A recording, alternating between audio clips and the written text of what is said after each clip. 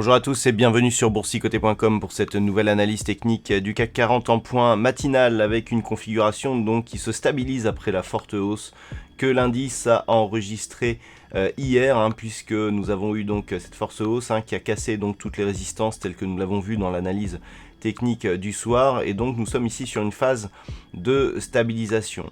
Donc ce matin le CAC 40 ici ne marque pas pour l'instant de vrai signal de retournement, on se contente ici de réintégrer la bande de Bollinger supérieure.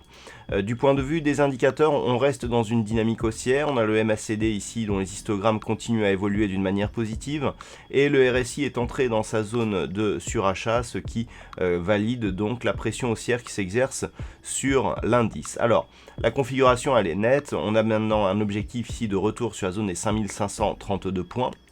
Et d'un point de vue technique, ce qui est intéressant, c'est que l'on cale ici au milieu du gap qui avait été ouvert au début du mois de mai et qui avait signalé donc la fin de la dynamique moyen terme avec le début ici de la phase de consolidation. On a donc cassé le point haut significatif ici des 5450 points.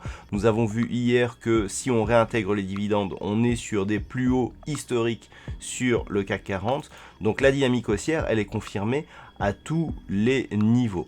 Maintenant, ce qu'il va falloir voir, c'est le relais de cette dynamique. Donc on a un objectif ici technique à 5532 points.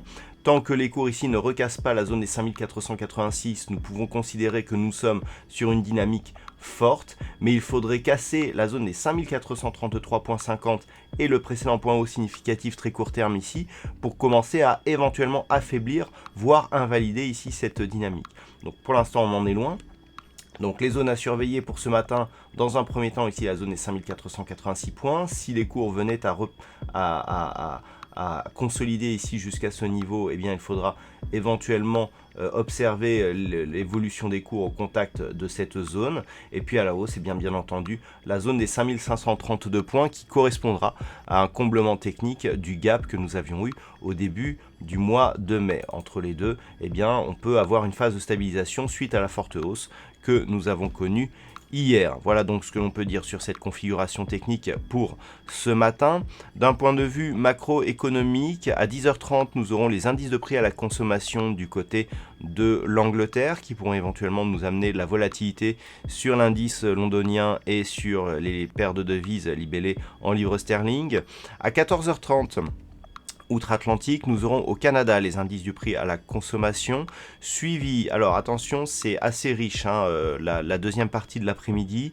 Donc à partir de 16h, nous aurons encore une intervention de Mario Draghi. Donc ça c'est à 16h, le président de la Banque Centrale Européenne qui va encore s'exprimer cet après-midi. Quand on voit la volatilité que cela a provoqué hier, on peut s'attendre encore une fois à certains mouvements, notamment suite à l'annonce qui a été faite. Ensuite, à 16h30, pour ceux qui tradent les matières premières, nous aurons les stocks de pétrole hebdomadaires qui seront dévoilés du côté des États-Unis.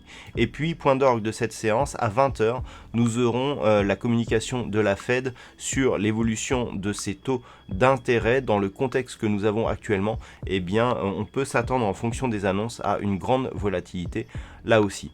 Voilà donc pour ce point matinal. Passez de bons trades. On se retrouve dès ce soir pour toutes les autres analyses techniques du site boursicoté.com.